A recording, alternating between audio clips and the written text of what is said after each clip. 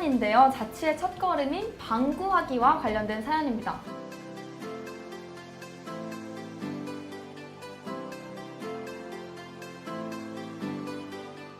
네. 지금 자취를 하지 않아도 정말 많은 청년들이 앞으로 거쳐야 할 과정이 집 구하기인데요. 가장 많이 스트레스를 받는 부분이기도 하죠.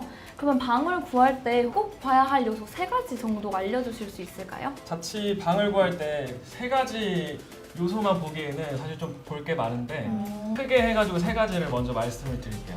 방을 구할 때 다 어려워하는 이유가 집을 구하는 과정을 어디서 배워본 적도 없고 부모님한테 하나하나 다 물어보기도 좀 어렵고 그리고 또 중개사 말만 듣고 집을 구하기가 좀 어렵잖아요. 그런 문제들이 있는데 약간의 공부가 좀 필요합니다. 그래서 오늘 3가지를 말씀드리면은 첫 번째로는 사실 가장 중요한 것 같아요. 비용이 적정한지를 가장 중요하게 생각을 해야 됩니다. 내가 맥시멈으로 쓸 수 있는 금액이 어느 정도인지를 일단 정하는 게 중요하고 그 다음은 집의 위치, 내가 어느 동네에 살 것인지 이것이 중요하고요. 보통 위치를 정할 때는 직장이나 학교가 가까운지부터 해가지고 교통이 편리한지, 뭐 지하철이 근처에 있는지, 아니면 버스 정류장이 근처에 있는지 이런 것들을 보고 그리고 뭐 내가 카페나 음식점 그리고 공원 이런 것들을 많이 간다 그러면 그런 것들도 좀 고려를 하셔야 되고 세 번째가 집 내부 상태를 봐야 돼요. 내가 들어가서 살 거기 때문에 내부의 그 컨디션 그리고 옵션 이런 것들이 좋은지를 확인해야 돼요. 예를 들면 뭐 화장실이라든지 창문이 있는지 소음은 없는지 이런 것들을 체크를 해야 되는데 이렇게 해서 3가지를 꼭 봐야 하지 않을까 싶습니다.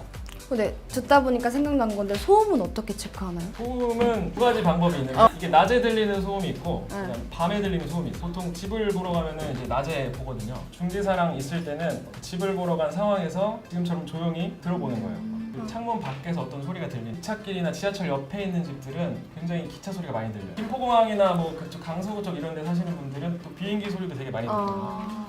그런 게 있어서 귀를 기울여서 일단 들어보시고 밤에 어떤 소리가 나는지를 체크하기 좀 어렵긴 한데 밤에 그 동네에 가서 동네에서 어떤 소리가 들리는지 시간이 좀 된다면 그런 것도 들어봤으면 좋겠어요. 낮에도 가보고 밤에도 가보고. 네, 그게 현실적으로 힘들 수도 있는데 그렇게 하면은 좀 좋죠. 네, 그러면 이사장님께 온 사연 한번 읽어볼게요.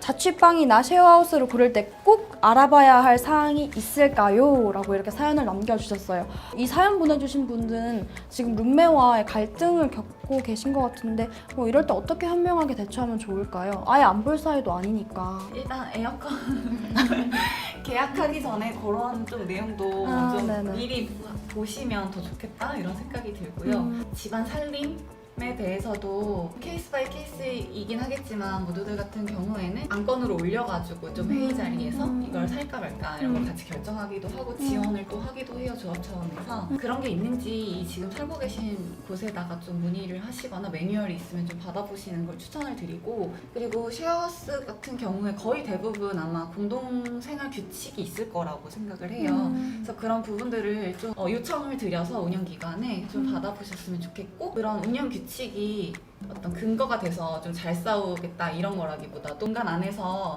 우리가 앞으로 어떻게 살아야지 되는지에 대해서 이야기할 수 있는 좀 도구로 삼으셨으면 좋겠어요.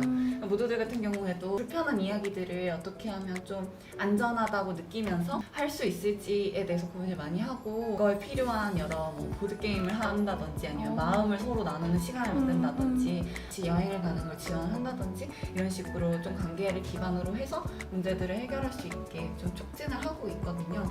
아마 어떤 쉐어하우스에도 이런 게 다 있을 거라고 생각해요. 만약에 없다고 하더라도 그 관리자분께 요청을 하셔서 좀 동석을 하게 하신 다음에 그 자리를 좀 만드시고 불편한 점 좀 이야기하셨으면 좋겠어요. 다른 질문 넘어가자면요. 온라인에서 매물을 찾고 있는 한 청년의 이야기를 들어보겠습니다.